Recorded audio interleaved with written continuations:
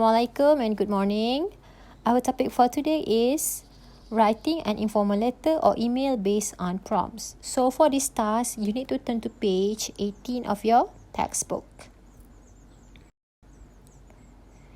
So, what is our lesson objective for today?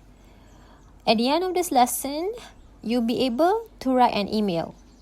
To be more specific, you are going to reply an email and you have to make sure that you have all of the criteria needed or mentioned in the questions. It is very important that you follow the guidelines in the question to guarantee that you get full mark for task fulfillment. Now, please turn to page 18 of your textbook. So we are going to do the first task, task A.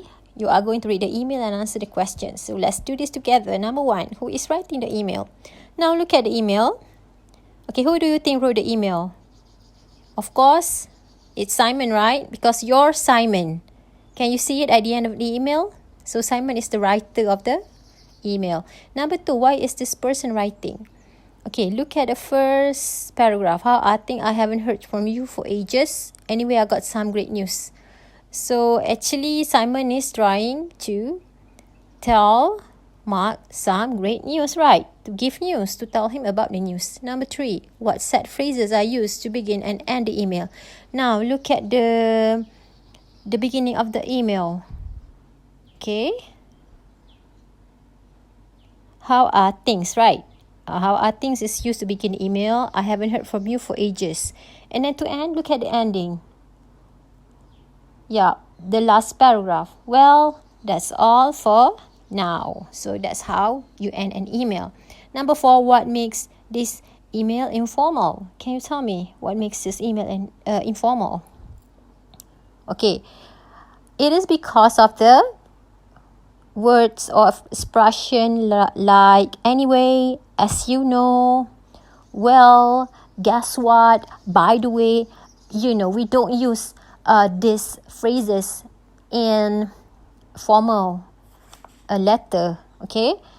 And then the usage of short forms like haven't, I've, there, isn't, won't, I'll. And then the use of exclamation mark, tanda seruan. And also direct questions like how are things, isn't that incredible news, and would you like to come? Okay. Now let's do task B. Read Simon's email again and look at the notes Mark has made. Match Mark's notes with the points A to C, which show what he should include in his reply to Simon. So you can see the marks here, right? We have great, sure, and tell him. So you have to match it with A, B, C in task B. Okay, give news. Which expression or word should we use? Yes, the answer is tell him. What about B, express enthusiasm? Great. Yep, the answer is great. And then the last one, C, of course, accept or refuse an invitation, is sure. Okay? Sure is used to accept an invitation. Okay? Task C. Now read the email that Mark has written to Simon and underline the sentences that correspond to his notes. You may pause this video so that it will be easier for you to understand what I'm talking about. Spend some time to read the email first. Okay. Now, let's find sentence which shows Mark's enthusiasm. Great. Yeah, I'm really glad you're finally getting a laptop. Okay, what about sure? Thanks for the invitation, mate. I wouldn't miss your party for the world, so count me in. So this shows that Mark has accepted his invitation for the birthday party. Okay, and then the last one, tell him. How did Mark tell Simon his news? He used the sentence, now let me fill you in with my news. Okay, so is the wording in Mark's email the same as in his notes? No, it isn't. He has expanded on his notes. Okay, number 2, what extra comments or information does he add to his notes? So we can see that he used words or sentences Like, I wouldn't miss it for the world. Now it will be easier to keep in touch, and we can maybe play some online games. Let me know if you need any more song for the party.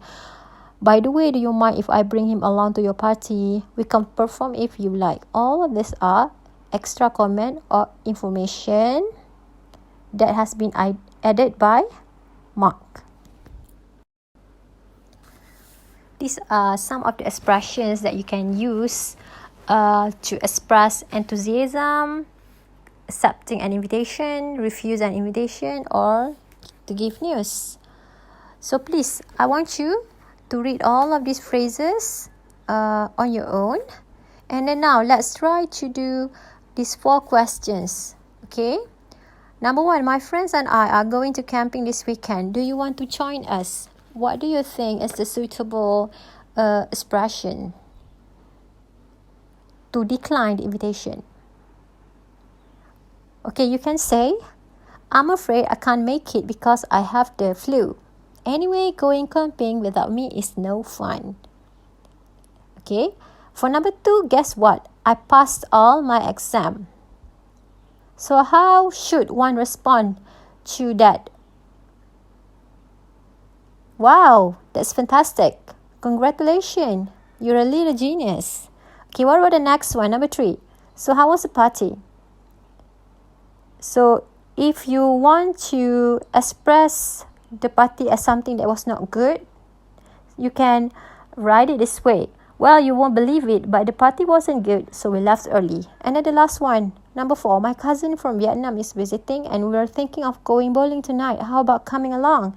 So you can respond with, sounds perfect. Your cousin will be amazed when she sees me in action. See you at the bowling alley. So there are just so many interesting ways, to express enthusiasm, to accept invitation or to refuse it, and also to give news. You just have to read all of this expression and try to use it, okay, when writing the email. This is your task for today. Imagine that Simon is a friend of yours and has sent you the email in activity A. Write an email responding to Simon but refusing his invitation. You can use Mark's email as a model, but you must use your own idea and other expressions or phrases. You can use Mark's email, but bear in mind that you have to refuse the invitation, not to accept the invitation. Please refer to page 19 for more information on how to write the email. When writing an informal letter or email, follow the plan below. First of all, the greeting. You have to greet the person you're writing to. You may use words or phrases like hello Frank, hi mom, dearest Jane, or dear Uncle Greg, but do not address them with words like dear brother, dear friend, or dear cousin. It is wrong. You need to use their name. The second part of the email is the opening paragraph. So begin your letter and email and say what you are writing using all of these phrases. The third one, the main part, which consists of 2 or 3 paragraphs. You can mention everything you want to include in your letter or email. Don't forget to refer to the notes.